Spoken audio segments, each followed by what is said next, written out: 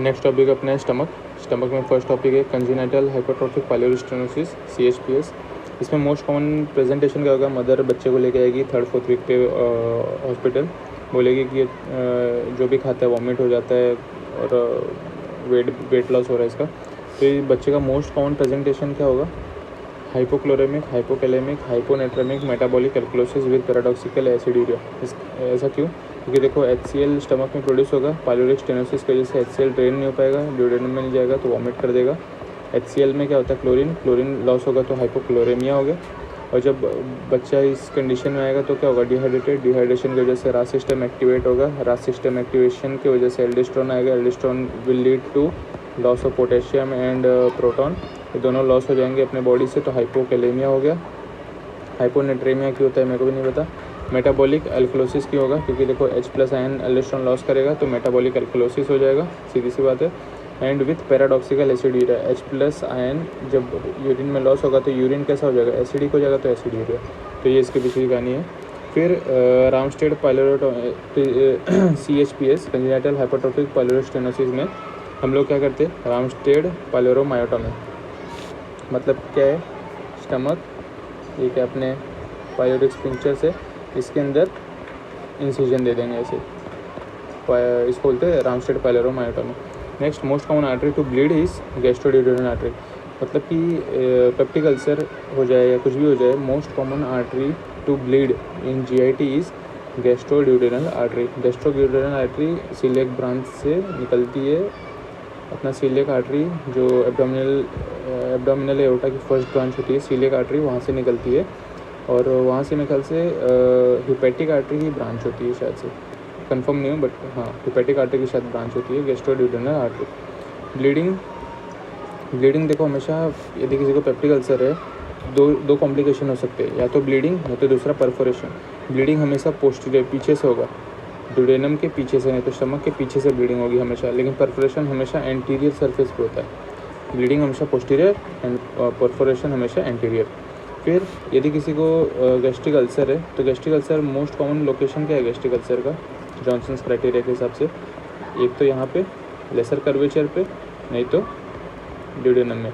Most common location of peptic ulcer का है duodenum. Second most common का है लेसर कर्वेचर। इसको बोलते हैं हम लोग जॉनसन्स 2 और 3। मेरे ख्याल से जॉनसन सेकेंड में अपने को ऐसा देखने मिलता है, क्लासिफिकेशन है। तो इसमें हम लोग करते क्या है पेशेंट के, ये आ गया अपना बिलरॉथ वन में, जो बिलरॉथ 1 है इसमें क्या करेंगे, स्टमक है, ड्यूडेनम है, इसमें क्या करेंगे, इतना काट देंगे स्टमक को, हाँ नीचे का काटने के बाद में क्या करेंगे, ड्यूडेनम को लाके इससे जोड़ देंगे। इसको बोलते हैं अपन बिलरॉथ 1। ये क्या बोलते हैं इसको, गैस्ट्रोड्यूडेनोस्टोमी। बिलरॉथ 2 में क्या करेंगे, जो बिलरॉथ 2 है इसमें क्या करेंगे, गैस्ट्रोजिजेनोस्टोमी, मतलब स्टमक ड्यूडेनम। इसमें क्या करेंगे, पूरा स्टमक काट देंगे, पूरा स्टमक काट दोगे और जिजेनम को ऊपर लाके डायरेक्ट ऑसोफेगस से जोड़ देंगे। तो इसको हम लोग बोलेंगे गैस्ट्रोजिजेनोस्टोमी। ऑसोफेगस से नहीं, यहाँ पे स्टमक का थोड़ा सा पार्ट लेफ्ट रहेगा ना, उससे जोड़ देंगे, तो इसके लिए गैस्ट्रोजिजेनोस्टोमी। ये हो गया बिलरॉथ 2। अब नेक्स्ट क्या है, अर्ली डंपिंग सिंड्रोम। देखो डंपिंग सिंड्रोम क्यों देखने मिलेगा, अब देखो सीधी सी बात है, यदि हमने स्टमक काट दिया है, इस स्टमक को हमने काट दिया है, तो अब खाना डायरेक्ट कहाँ पे आ रहा है, हाँ जिजेनम में आ रहा है, नहीं तो ड्यूडेनम में जाएगा। बिलरॉथ 1 में ड्यूडेनम में जाएगा और बिलरॉथ 2 में जिजेनम में जाएगा। तो अर्ली डंपिंग सिंड्रोम क्यों होता है, ग्लूकोज रिच फूड, यदि हमने दबा के कुछ ग्लूकोज रिच फूड खाया, जैसे राइस ये सब खा लिया, तो glucose rich food in intestine pulls fluid. हाँ तो देखो ग्लूकोज रिच फूड जब ड्यूडेनम या जिजेनम में जाएगा तो क्या होगा, हाइपर ऑस्मोलर होगा, पानी खींचेगा अपनी तरफ, इंटेस्टाइन से ज़्यादा वाटर ड्रेन होगा कहाँ पे, इंटेस्टाइनल ल्यूमेन के अंदर, और वो हम लोग अपने फ्लूइड डायरिया के थ्रू बॉडी से निकाल देंगे। तो पेशेंट में क्या हो जाएगा, डिहाइड्रेशन हो जाएगा, है ना, इसमें क्या हो जाएगा, ये डायरिया हो जाएगा, फिर ब्लोटिंग भी हो जाएगी उसको, और डिहाइड्रेटेड रहेगा। तो इसको हम लोग बोलते हैं early dumping syndrome. Late dumping syndrome कब मिलता है, खाना खाने के 2 से 3 घंटे बाद में लेट डंपिंग सिंड्रोम मिलेगा, इसके लिए इसका नाम क्या है, लेट। इसमें क्या होता है, एक्सेसिव रिलीज ऑफ इंसुलिन, मतलब जो हमने खाना खाया है, खाना डायरेक्ट कहाँ पे आया, जेजुनम नहीं तो ड्यूडेनम में आया, वहाँ से एब्जॉर्ब होगा। तो जब एब्जॉर्ब होके ब्लड स्ट्रीम में जाएगा तो एक्सेस अमाउंट में इंसुलिन रिलीज़ हो जाएगा पैंक्रियास से। लेकिन क्या हो रहा है, यहाँ पे डायरिया हो जा रहा है, तो बहुत सारा ग्लूकोज तो लॉस हो जा रहा है, लेकिन थोड़ा बहुत जो ग्लूकोज एब्जॉर्ब हुआ है वो क्या हो जाएगा, पैंक्रियास से बहुत सारे इंसुलिन को निकालेगा। और जब बहुत सारा इंसुलिन सर्कुलेशन में आ जाएगा, उसकी वजह से क्या हो जाएगा, हाइपोग्लाइसेमिया। क्यों? क्योंकि ग्लूकोज उतना है ही नहीं, ग्लूकोज तो डायरिया में लॉस हो गया, लेकिन इंसुलिन इतना सारा निकल गया है which will lead to hypoglycaemia. So Billroth 1 Billroth 2 operation के बाद में यदि पेशेंट खाना खाता है उसके बाद में उसको डायरिया, वॉमिटिंग ये सब हो रहा है, वॉमिटिंग नहीं, डायरिया, ब्लोटिंग है ना, डिहाइड्रेशन हो रहा है, इसको बोलते हैं अर्ली। लेकिन हाइपोग्लाइसेमिया हो रहा है मतलब ये है लेट। और हाइपोग्लाइसेमिया क्यों हो रहा है उसका रीजन अभी एक्सप्लेन हो गया। नेक्स्ट क्या है, LABG बोले तो लेप्रोस्कोपिक एडजस्टेबल गैस्ट्रिक बेंडिंग। जो भी ओबीस पेशेंट होते हैं जिनका BMI जो होता है, जिनका जो BMI होता है मोर देन 40 या तो BMI more than 35 with comorbidity, तो इन पेशेंट को क्या बोलते हैं, एकदम ओबीस होते हैं ना, एकदम सीवियर ओबीस होते हैं लोग। तो इसमें हम लोग क्या करते हैं, लेप्रोस्कोपिक एडजस्टेबल गैस्ट्रिक बेंडिंग, नहीं तो और क्या कर सकते हैं, रॉक्स NY गैस्ट्रिक, नहीं तो स्लीव गैस्ट्रेक्टोमी। देखो गैस्ट्रिक बेंडिंग में क्या करते हैं, स्टमक है, यहाँ पे एक बैंड लगा देंगे स्टमक के मुंह पे, स्टमक के मुंह पे एक बैंड लगा दिया, और बैंड क्या करेगा, स्टमक को दबा के रखेगा, तो ऊपर से फूड स्टमक में ज़्यादा फिल नहीं हो पाएगा, तो ज़्यादा पेशेंट खाएगा नहीं, जिसकी वजह से उसका BMI हो सकता है कम हो जाए। नेक्स्ट ऑपरेशन क्या है, रॉक्स NY। देखो रॉक्स NY जहाँ भी आया ना, स्टमक को सीधे सीधे जेजुनम से जोड़ देना। रॉक्स NY जहाँ भी देखा, स्टमक को आधा काट दो, जेजुनम से लाके जोड़ दो, उसको बोलते हैं रॉक्स NY। अब जेजुनम से जोड़ देंगे तो सीधे साधे स्टमक रहा ही नहीं, ज़्यादा फूड खा ही नहीं पाएगा, क्योंकि उसके पास स्टोरेज के लिए जगह ही नहीं है। तो इसी ठीक है, LABG laparoscopic adjustable gastric binding, LAGB हो, इधर BG गलती से लिख दिया। रॉक्स NY गैस्ट्रिक में इजी, रॉक्स NY गैस्ट्रिक में स्टमक को लाके जेजुनम से जोड़ देना। स्लीव गैस्ट्रेक्टोमी में क्या करते हैं, स्लीव गैस्ट्रेक्टोमी भी इजी है। यदि ये स्टमक है तो पाइलोरस है, स्लीव गैस्ट्रेक्टोमी में अपने को इतना पूरा स्टमक काट के निकाल देना, सिंपल। जो स्टमक हमने काट के निकाल दिया, अब स्टमक क्या हो गया, छोटा हो गया। स्टमक छोटा हो गया तो सीधी सी बात है, पेशेंट अब कम खा सकता है, फिर से इससे पतला हो जाएगा, तो इसको बोलते हैं हम लोग स्लीव गैस्ट्रेक्टोमी। रॉक्स NY समझ में आ गया, लेप्रोस्कोपिक एडजस्टेबल गैस्ट्रिक बाइंडिंग भी समझ गया, easy. Next Borrmann classification. Borrmann ये मतलब एक जो अपने गैस्ट्रिक कैंसर होते हैं उनके लिए क्लासिफिकेशन है, उसका नाम है बोरमैन क्लासिफिकेशन। इसमें कुछ याद, इसमें चार टाइप्स है, 4 क्लासेस है। उसमें से 4th जो हमने हमेशा पढ़ते हैं, लाइनाइटिस प्लास्टिका, जिसको बोलते हैं GIST, GIST, gastrointestinal stromal tumour, GIST, जिसका कि मोस्ट स्पेसिफिक मार्कर क्या है, DOG1 जिस्ट जो है।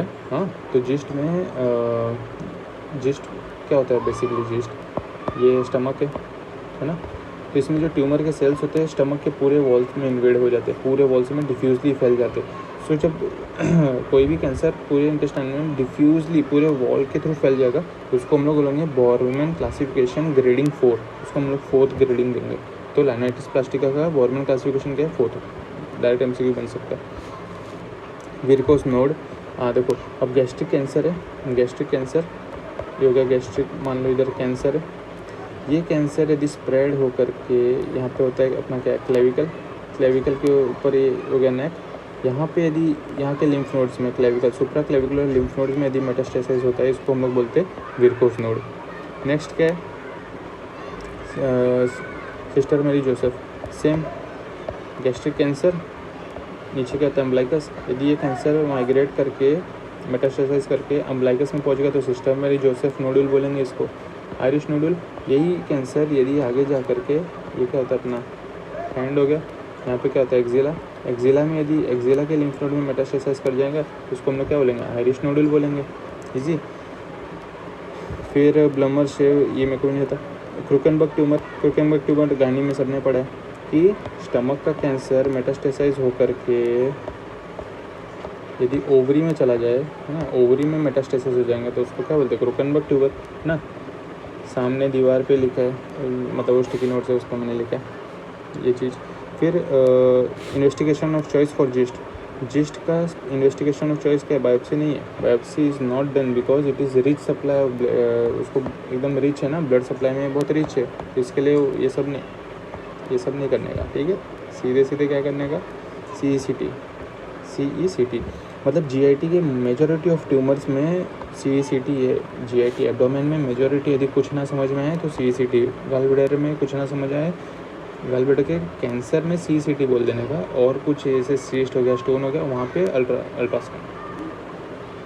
बोचास्टैट क्या होता है? Seen in gastric volvulus, investigation of choice is CECT। देखो मतलब एब्डोमेन में हर जगह CECT याद रखना है, कुछ नहीं आ रहा है तो CECT मार देना, इन्वेस्टिगेशन ऑफ चॉइस। बोचास्टैट्स में इसमें देखो क्या होता है? गैस्ट्रिक वल्वुलस, अब जो स्टमक है वो घूम चुका है, अपने एक्सिस के अराउंड घूम चुका है, तो घूमने की वजह से क्या होगा? उसका जो ओपनिंग है ऊपर लोअर ओसोफेगस पिंचर के आसपास, वो बंद हो जाएगा। यदि वो बंद हो जाएगा तो पेशेंट को क्या होगा? पेशेंट कुछ भी खाएगा तो वॉमिट कर देगा, कुछ खा नहीं पाएगा, जाएगा नहीं। यदि हमने राइस ट्यूब अंदर डाली तो भी स्टमक में एंटर नहीं करेगा, क्योंकि वो तो बंद है ना, घूम चुका है अपने एक्सिस के अराउंड। तो ये इसको हम लोग बोलते हैं बोचास्टैट। फिर इंटेस्टाइनल ऑब्स्ट्रक्शन, इंटेस्टाइनल ऑब्स्ट्रक्शन जो होते हैं दो टाइप्स के होते हैं, एक होते हैं डायनेमिक, सेकंड होता है अडायनेमिक। डायनेमिक में फिजिकल ऑब्स्ट्रक्शन होता है, लेकिन अडायनेमिक में पैरालिटिक इलियस होता है। डायनेमिक बोले तो फिजिकल ऑब्स्ट्रक्शन, इंटेस्टाइन के अंदर या तो हो सकता है गॉलब्लैडर में स्टोन हो, वो स्टोन जाके इंटेस्टाइन के अंदर आ गया हो और वो जाके ऑब्स्ट्रक्ट कर दिया हो इलियस को, है ना, टर्मिनल इलियम को, तो उसकी वजह से ऑब्स्ट्रक्शन हो सकता है, तो इसको क्या बोलेंगे? Dynamic. For example, next example, intestine के ल्यूमेन में यदि ट्यूमर ग्रो कर गया हो तो सीधी से आते फूड आगे जा नहीं पाएगा, तो इसको क्या बोलेंगे? Physical obstruction. तो ये भी हो गया डायनेमिक। तो इसको बोलते हैं dynamic cause of intestinal obstruction. Next है अडायनेमिक। अडायनेमिक में कोई ऑब्स्ट्रक्शन नहीं होता, इसमें क्या होता है? इंटेस्टाइन ही पैरालाइज हो जाती है। फॉर एग्जांपल ऑपरेशन के बाद, ऑपरेशन में ये इंटेस्टाइन सारे पैरालाइज रहते, तो उसके बाद में पैरालिटिक पेशेंट में क्या होता है? ऑब्स्ट्रक्शन देखने मिलेगा, कुछ उसके पेरिस्टाल्सिस सब नहीं होगा, तो उसके से ऑब्स्ट्रक्शन देखने मिलता है, तो इसको हम लोग एग्जांपल के तौर पे ले सकते हैं, पैरालिटिक इलियस, अडायनेमिक होता है। फिर होते हैं वोल्वुलर कॉन्वेंटिस, ये सबको पता है। वोल्वुलर कॉन्वेंटिस इज सीन इन जिजेनम, ये रेडियोलॉजी में आ सकता है। Step ladder pattern jejunal obstruction में दिखता है, is seen in jejunum. So first line of management of GIT obstruction, first line of management GIT obstruction में देखो, GIT में ऑब्स्ट्रक्शन आएगा तो पेशेंट कुछ खाया पिया नहीं आएगा, वो एकदम भूखा रहेगा, हाँ बहुत दिन से पेन भी हो रहा है, तो पहले तो उसको हम लोग को स्टेबलाइज करना होगा। स्टेबलाइज करने के लिए कंजर्वेटिव, मतलब सर्जरी में कंजर्वेटिव ट्रीटमेंट के चार मतलब होते हैं, चार चीज़ होते हैं उसके अंदर। एक होते हैं नील परवलर, खाना कुछ नहीं देना है उसको। IVF, जितना भी न्यूट्रिशन देना सब IVF के थ्रू देना है। यदि इन्फेक्शन लग रहा है तो IV एंटीबायोटिक दे दो, और यदि ज़्यादा पेन है तो एनाल्जेसिक दे दो। इसको बोलते हैं कंजर्वेटिव मैनेजमेंट। कहीं भी कंजर्वेटिव में आया तो ये चार चीज़ होती है, आता है एग्जाम में। फिर coffee bean sign, bird beak sign, सबको पता है किधर? Sigmoid volvulus. अभी ऊपर हम लोग ने क्या पढ़ा था? गैस्ट्रिक वल्वुलस, इसका ट्रायड क्या है? बोचास्टैट। सिग्मोइड वल्वुलस में क्या दिखता है? कॉफ़ी बीन, है ना, वो तो सबने रेडियोलॉजी में तो सभी ने देखा है, कॉफ़ी बीन साइन, नहीं तो बर्ड बीक साइन, ये तो सभी को पता है। फिर नेक्स्ट क्या है? नेक्स्ट है हार्ट्समैन प्रोसीजर। हार्ट्समैन प्रोसीजर देखो क्या होता है? ये पेशेंट का एब्डोमेन है, ये अम्बलाइकस है, इसमें क्या करते हैं? जो कोलन होता है, कोलन को एब्डोमिनल वॉल में आके ऐसे खोल देते हैं, तो मतलब पेशेंट का जो भी वेस्ट होगा यहाँ से एब्डोमिनल वॉल से एक पॉलीथीन अटैच होता है, उसके अंदर डायरेक्ट वेस्ट आता है, इसको बोलते हैं हम लोग हार्टमैन प्रोसीजर। तो इसको क्या बोलते हैं? कोलोनोस्टोमी ऑन द एब्डोमिनल वॉल, मतलब नीचे में जो भी सिग्मोइड कोलन है ना, फिर नीचे रेक्टम विक्टम रहेगा, ये सब काट के निकाल देते हैं डायरेक्ट इसको यहाँ से एब्डोमेन, मतलब अभी हगेगा, यहाँ से नहीं हगेगा, यहाँ से हगेगा, बेसिकली कहने का मतलब ये है। इजी। नेक्स्ट हार्टमैन प्रोसीजर अपना हो गया। मैकस डायवर्टिकुलम, भाई ये तो सभी को पता है। मैकस डायवर्टिकुलम क्या है अपना? ये क्या है? सीकम, अपेंडिक्स, यहाँ पे क्या होता है? टर्मिनल इलियम से 2 फीट की दूरी पे, है ना, एंटीरियर वॉल की तरफ में डाइवर्टिकुलर फॉर्म होता है, एंड फिर फूड आके हो सकता है यहाँ पे फंसे, इसको हम लोग क्या बोलते हैं? मैकस डाइवर्टिकुलम। इट इज़ 2 फीट दूर रहता है, कहाँ से? इलियोसिकल जंक्शन से। फिर 2% पॉपुलेशन में देखने जाता है, एंड 2 सेंटीमीटर इसकी साइज़ होती है, 2 सेंटीमीटर इसकी साइज़ होती है। तो रूल ऑफ 2 इसके लिए एप्लीकेबल होता है, किसके लिए? मैकस डाइवर्टिकुलम में। So Meckel's diverticulum it is a partial persistence of vitello intestinal duct. Vitello intestinal duct मतलब क्या होता है, देखो ये अम्बलाइकस है, ये अम्बलाइकस है। तो जब बच्चे डेवलप होते हैं तो उनके ये मान लो यूरिनरी ब्लैडर है, यूरिनरी ब्लैडर भी अम्बलाइकस से कनेक्टेड होते हैं एंड जो उसका इंटेस्टाइन ये सब होता है ये भी इससे कनेक्टेड होता है। सो इंटेस्टाइन जो अम्बलाइकस से कनेक्टेड होता है इस डक्ट का नाम है विटलिंग डक्ट, और ब्लैडर जो इससे अटैच है इस डक्ट का नाम है यूरेकस, इसको बोलते हैं यूरेकस। तो ये दोनों चीज़ ऑब्लिटरेट हो जाते हैं जैसे ही बच्चा मैच्योर होने लगता है, एम्ब्रियो डेवलप होने लगता है। कुछ लोगों में यदि ये हो ऑब्लिटरेट ना हो तो क्या होगा, इंटेस्टाइन डायरेक्ट अम्बलाइकस में आके खुलेगी, इसको क्या बोलेंगे हम लोग, इंटेस्टाइनल, इसको कोई तो फिस्टुला बोलेंगे, अम्बलाइकल इंटेस्टाइनल अम्बलाइकल फिस्टुला ऐसा कुछ तो बोल देंगे, और इसको भी कोई तो फिस्टुला बोलेंगे, है ना, वसाइको अम्बलाइकल फिस्टुला ऐसे कुछ बोल सकते हैं। तो ये हो गया क्या अपना Meckel's diverticulum, it is a partial persistence of. तो ये समझा क्या, विट्रियो इंटेस्टाइनल डक्ट समझा ना, विट्रियो इंटेस्टाइनल डक्ट। अब देखो इसका पार्शियल बोले तो ये पूरा विट्रियो इंटेस्टाइनल डक्ट है, यदि पूरा खुला रहा, यदि किसी इंसान में पूरा ही खुला रहा तो इसको क्या बोलेंगे, फिस्टुला, इंटेस्टाइनल अम्बलाइकल फिस्टुला। लेकिन यदि ये थोड़ा सा यहाँ से डाइवर्टिकुलम रहा लेकिन यहाँ से क्लोज रहा, इसको क्या बोलेंगे, डाइवर्टिकुलम, कौन सा, मैकल्स डाइवर्टिकुलम। तो ये होता है अपना मैकल्स डाइवर्टिकुलम, ठीक है, पार्शियल परसिस्टेंस। फिर होता है एक्टोपिक म्यूकोसा इन मैकल्स डाइवर्टिकुलम। हाँ, तो जो मैकल्स डाइवर्टिकुलम के अंदर जो ये है स्वेलिंग, जो डाइवर्टिकुला जो फॉर्म हुआ है उसके अंदर एक्टोपिक म्यूकोसा होता है। मोस्ट कॉमनली कौन से म्यूकोसा होते हैं, वो देखो वो इंटेस्टाइन का पार्ट है लेकिन उसके अंदर म्यूकोसा कहाँ का होता है, सबसे मोस्ट कॉमनली स्टमक का, फिर पैंक्रियास, फिर इसमें इन्वेस्टिगेशन ऑफ का टेक्नीशियन मेंटेन का टेक्नीशियन, ये इंपॉर्टेंट है, ठीक है। Investigation of choice for Meckel's diverticulum MCQ आ सकता है, टेक्नीशियन 99 पर टेकनेट स्कैन। वीडियो लंबा हो रहा है और अपर लेता भी,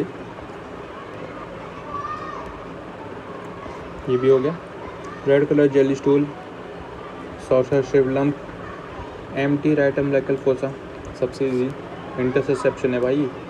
इसका इन्वेस्टिगेशन ऑफ चॉइस अल्ट्रासाउंड, सीटी नहीं मानने का, सीटी नहीं मानने का, अल्ट्रासाउंड है। क्यों, अल्ट्रासाउंड डालेंगे ना उसमें टारगेट साइन मिलेगा, डोनट साइन दिखने को मिलेगा, है ना। बैरियम एनीमिया कर दिया तो उसमें क्लॉ साइन देखने मिलेगा, वही है, देखो claw sign, coiled spring, donut sign. Crohn's disease, Crohn's ulcerative सभी को पता है।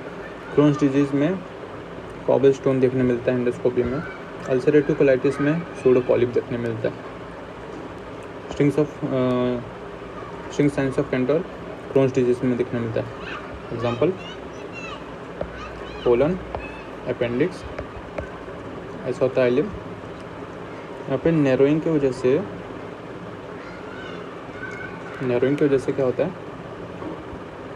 Colon, ilium. अब देखो ये कैसा दिख रहा है, स्ट्रिंग की तरह दिख रहा है, स्ट्रिंग साइन, इसको बोलते हैं स्ट्रिंग साइन, हो गया स्ट्रिंग साइन। फिर टोटल प्रॉक्टम इम्पॉर्टेंट नहीं है। हिस्पिंग डिजीज़ सबको पता है, हिस्पिंग डिजीज़ में बच्चा आएगा, मदर लेके आएगी उसको, बोलेगी बच्चे ने हाँगा नहीं है, हाँ बच्चा हाँग नहीं पा रहा है, तो तुम क्या करोगे, अपनी छोटी उंगली ग्लव पहनोगे, सबसे पहले छोटी उंगली लोगे, ऐसे उसके कान में डालोगे, सारा पूरा मटेरियल बाहर आ जाएगा आपके ऊपर। तो ये ऐसा कुछ देखने मिलता है कहाँ पे, हिस्पिंग डिजीज़ में। तो इसके अंदर जो भी हिस्पिंग डिजीज़ में मोस्टली वो गैंग्लियन एब्सेंट होते हैं ना, अपना माइंटरी प्लेक्सिस एब्सेंट होते हैं।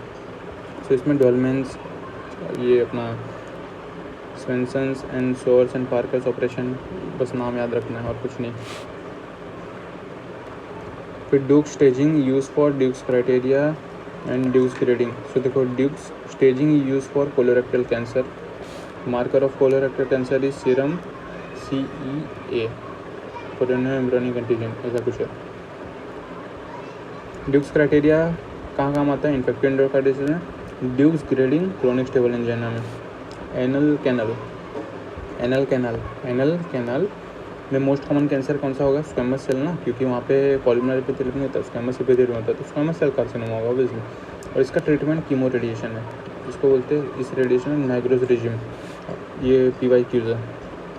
Anal cancer, squamous cell carcinoma, chemo radiation होता है इसका ट्रीटमेंट, और इस रेजिम को क्या बोलते हैं, नाइग्रोस रेजिम। रेक्टल प्रोलेप्स, रेक्टम ही यदि बाहर आ गया है पेरिनियम से, तो इसके सर्जरी में क्या करते हैं हम लोग, सबसे पहले दो मेथड है, या तो हम लोग पेरिनियम से सर्जरी करें, या तो एब्डोमेन में लेप्रोटोमी करके वहाँ से उसको ऊपर खींचे। सो जब हम लोग नीचे से मतलब बाहर से आउटर साइड से पेरिनियम से ऑपरेट करेंगे तो उसमें क्या कर सकते हैं हम लोग, फिशर वायरिंग कर सकते हैं ना, वायरिंग करके उसको अटैच कर दो, नहीं तो डिलोरम्स, नहीं तो एल्टीमियर्स रिपेयर। बस नाम याद रखना है। कैसे याद रखो, TAD, टैड से याद रखो, फिशर वायरिंग, एल्टीमर एंड डोरेमोन। फिर एब्डोमेन में डोरेमोन। एब्डोमिनल में सिर्फ नाम याद रखना है यार, वेल्स रिपिंस्टिन रेक्टोपेक्सी, नहीं तो फैकेनमैन गोल्डबर्ग रेक्टोपेक्सी, ये दोनों करना है। फिर Bascom's procedure done for pilonidal sinus. Pilonidal sinus सबको पता है, पाइलोनाइडल साइनस ये mostly truck driver, bus driver जो दिन भर बैठे रहते हैं, हाँ, जिनके गांड पे बाल बहुत रहते हैं, वो क्या होता है, बाल चुभेंगे तो अंदर क्या हो जाएगा, इन्फेक्शन हो जाएगा। इन्फेक्शन होने की वजह से वो लोग ध्यान देंगे नहीं, क्योंकि उनको तो बस चलाना है, ध्यान देंगे नहीं तो क्या हो जाएगा, वहाँ पे पस बन जाएगा। वो पस बनते अंदर एक साइनस बन जाएगा, जिसकी एक ब्लाइंड ओपनिंग होगी बाहर की तरफ, फिर वहाँ से पस ड्रेन होता रहेगा। नेटल क्लेफ्ट तो सभी को पता होना चाहिए भाई। नेटल क्लेफ्ट क्या होता है, गांड की क्लीवेज, गांड में जो दोनों बम के बीच में जो क्लीवेज आता है उसको नेटल क्लेफ्ट बोलते हैं।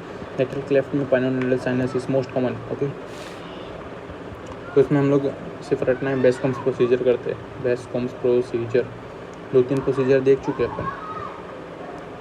कौन से सबसे पहले कौन से प्रोसीजर देख चुके हैं, हार्ट रेडिकल मेस्टेक्टोमी, एक ये प्रोसीजर है। हार्टफील्ड प्रोसीजर हो गया, है ना। फिर नीचे अपना सिस्टम का ऑपरेशन हो गया। तो ऐसे जितने भी नाम वाले ऑपरेशन है ना, इसको तो भाई कैसे भी करके रट लो। सेम वैसे पाइलोनाइडल साइनस में बेस्कॉम्स प्रोसीजर। फिर हेमरॉइड्स बोले तो बवासीर सभी को पता है।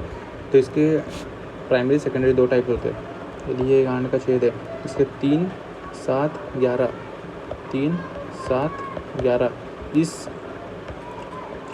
इस डायरेक्शन में यदि वो बाहर आ रहा है जिसको प्राइमरी बोलेंगे, और कहीं से भी आएगा, यहाँ से सेकेंडरी। फिर इसमें हम लोग पेशेंट को ये भी मैनेज करने के लिए बोल सकते क्या, गर्म पानी, गर्म बाटव लो, मस्त एकदम बैठो, उसको बोलते सीड्स बाथ। ये क्या हो गया, सीड्स बाथ। फिर अपना आता है पार्क्स क्लासिफिकेशन किसके लिए, हेमरॉइड्स के लिए। इसमें नहीं, Parks classification is for peri anal fistula. इसमें क्या होता है, सुपरफिशियल, इंटरस्पेंसरिक, ट्रांसपेंसरिक, सुप्रास्पेंसरिक। ये तो समझ में नहीं आएगा, काम करता यहाँ से लेता बताता।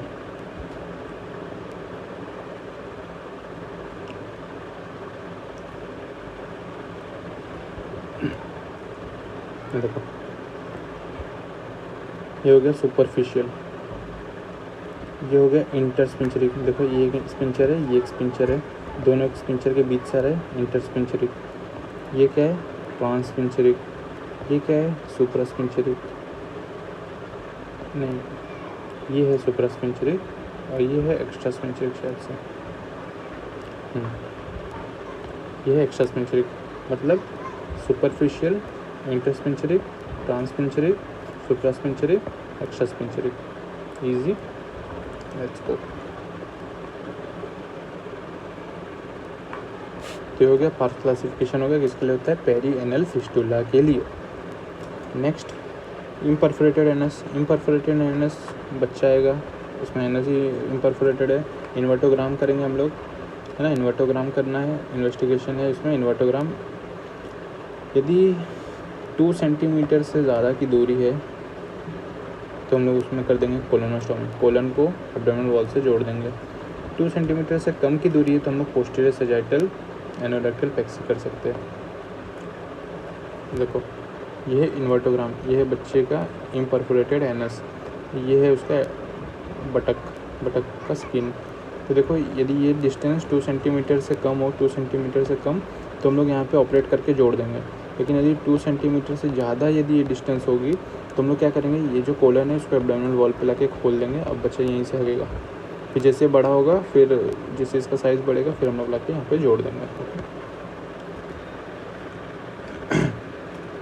Mental scoring. अब देखो अपेंडिक्स में आके हम लोग अपेंडिसाइटिस में मोस्ट इंपॉर्टेंट है मेंटल स्कोरिंग। मेंटल स्कोरिंग में भी याद रखना है टी और एल, ल्यूकोसाइटोसिस और टी से भी कुछ है, ये दोनों को 2-2 नंबर मिलता है और बाकी सबको 1-1 नंबर। तो एम को 1, 2, 3, 4, 5, 6, 7, 8, 9, 10, टोटल कितना हो गया 10। तो स्कोरिंग में होता है 10। Score less than 5 appendicitis unlikely, नहीं होगा, मोस्ट अपेंडिसाइटिस नहीं हो सकता। Score 5 to 6 appendicitis is possible.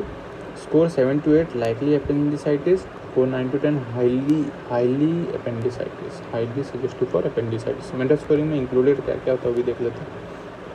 ये रहा mental scoring. Migration of pain to the right lower quadrant, क्योंकि वहीं पे अपेंडिक्स होता है। एनोरेक्सिया, खाना नहीं खाएगा, बीमार है तो सीधे से खाना नहीं लगेगा। नौशिया वॉमिटिंग तो हर इसका होता है। सबका स्कोरिंग क्या है 1 1 1 1।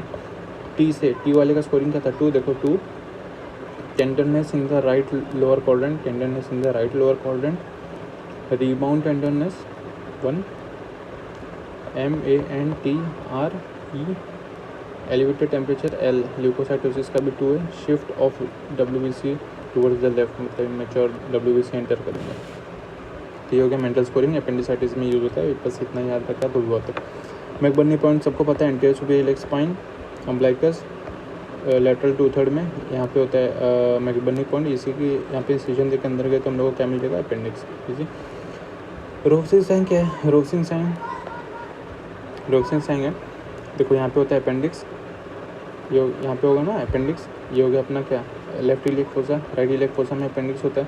जब हम लोग लेफ्ट इलियक फोसा को प्रेस करेंगे नीचे की तरफ, तो सीधी सी बात है यहाँ पे जितने भी ऑर्गन होंगे राइट की तरफ डेविएट होंगे। जब वो वहाँ पे डेविएट होंगे तो क्या होगा, वहाँ पे पेन होगा, इसको बोलेंगे Rovsing sign. Next is Dunphy sign. Dunphy sign क्या होता है, हम लोग ने एब्डोमिनल वॉल को बनाया, दबाया, एब्डोमेन को दबाया नीचे की तरफ, एकदम झटके से हाथ ऊपर ले लिया हमने, तो क्या होगा, यहाँ पे वाइब्रेशन होगा। तो वाइब्रेशन की वजह से पेरिटोनियम अपेंडिक्स को इरिटेट करेगी, उसकी वजह से जो पेन होगा उसको हम लोग बोलेंगे डम्बक साइन। सॉस साइन कहाँ देखने मिलता है, देखो यहाँ पे कोलन होगा, यहाँ पे अपेंडिक्स होगी, है ना। ये अपेंडिक्स यदि पीछे रेट्रोसिकल पोजीशन है यदि अपेंडिक्स का, तो पेशेंट का पैर सीधा था, हमने उसको बोला पीछे ले। जब पीछे लेगा तो यहाँ पे क्या होता है, श्वास मसल होता है, वो श्वास मसल उस अपेंडिक्स को कंप्रेस करेगी तो पेन होगा, तो इसके लिए उसको श्वास साइन बोल दिया। ऑब्टुरेटर साइन में क्या होता है, अपेंडिक्स की जो लोकेशन होती है वो क्या होती है, इंफ्रासिकल मतलब नीचे की तरफ, फिमरल साइड।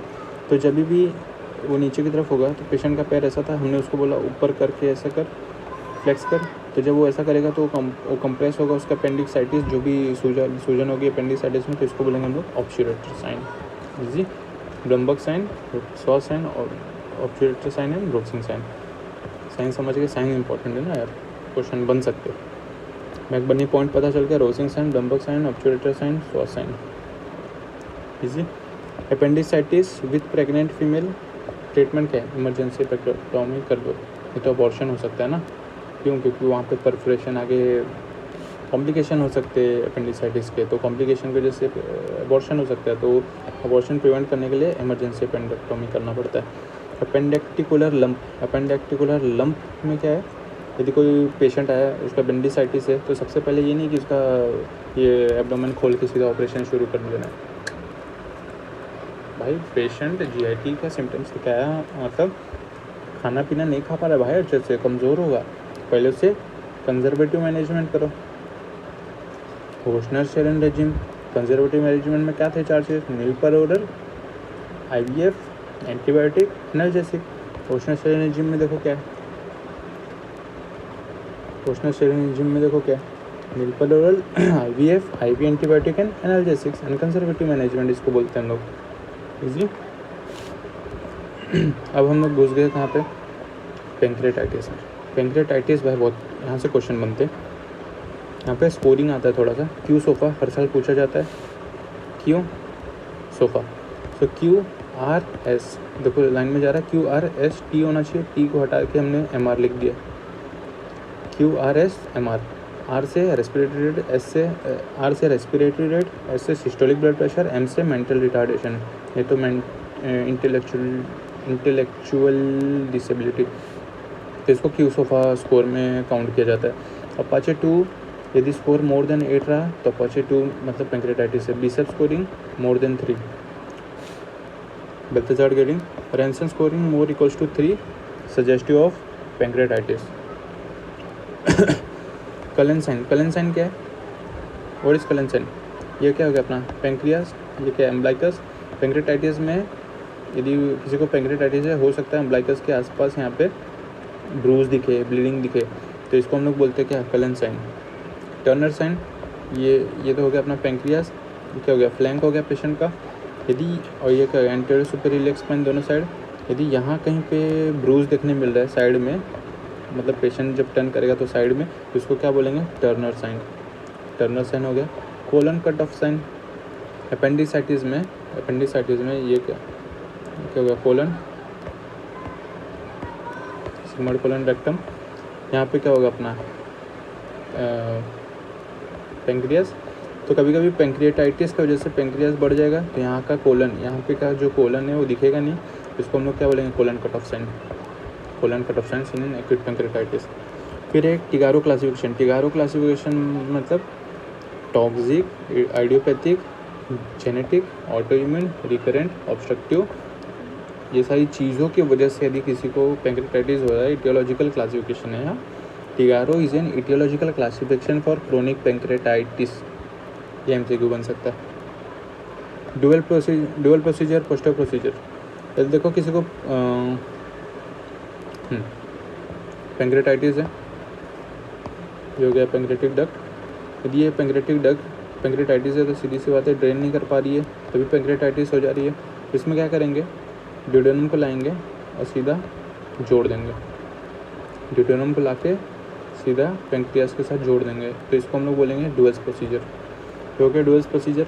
पुस्टो प्रोसीजर में क्या होता है, पुस्टो प्रोसीजर में सेम पेंक्रियास, ये डक्ट, इसमें क्या करेंगे हम लोग जिजोनम को लाएंगे ऊपर और जिजोनम के साथ ट्रांसफर ऐसे करके जोड़ देंगे, जिजोनम को ऐसे पूरे पेंक्रियास के साथ ऐसा लॉन्गिट्यूडनली जोड़ देंगे। इसको क्या बोलेंगे, पुस्ट ऑफ प्रोसीजर। ठीक है, पुस्ट of procedure.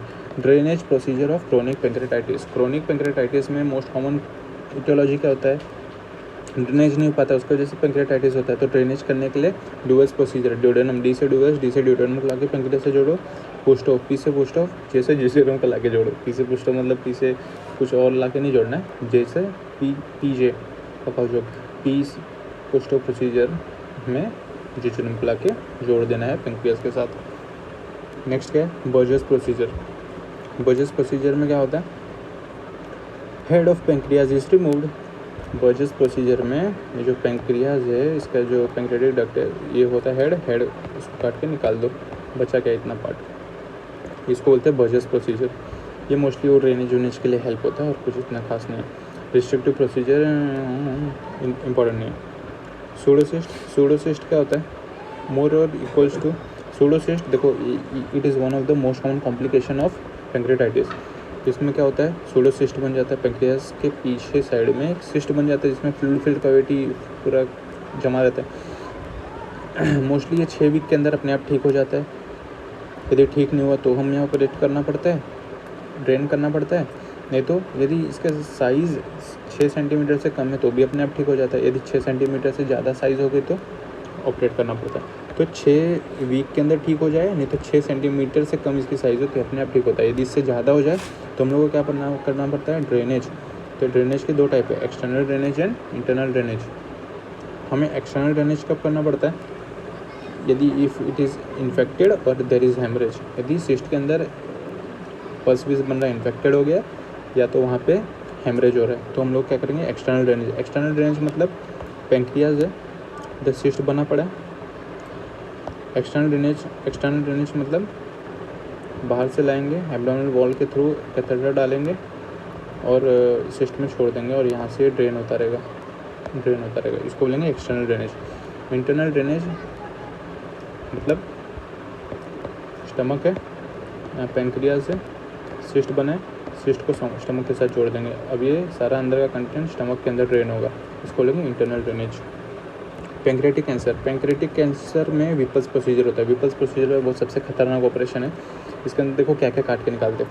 Head of pancreas, duodenum, gallbladder है ना, common bile duct, pylorus of the stomach भी निकाल देते हैं। और करते क्या है, गैस्ट्रोजिजेनोस्टोमी, हेपेटोजिजेनोस्टोमी एंड पाइलोजन। नहीं समझा, अभी समझाता हूँ। हेड ऑफ पैंक्रियास निकाल दिया, ड्यूडेनम निकाल दिया है ना, पाइलोरस निकाल दिया स्टमक का, ठीक है ना, पाइलोरस निकाल दिया, कॉमन बाइल डक्ट निकाल दिया, गॉल ब्लैडर निकाल दिया है ना, पाइलोरस तो निकाल के रखा था। मतलब इतना सब कुछ इसमें निकाल देते हैं भैया, किसमें, विपल्स प्रोसीजर में। और करेंगे क्या जब इतना सब कुछ निकाल देंगे,